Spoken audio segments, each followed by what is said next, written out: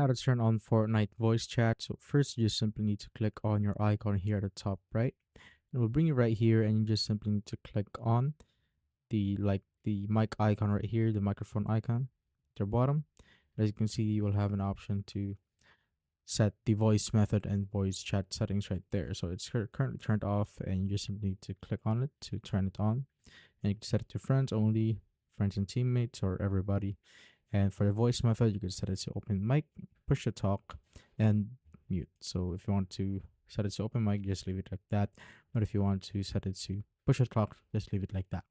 And you'd also click on open voice settings and it will lead you right here on the voice chat settings, where you could also change the voice chat settings right there.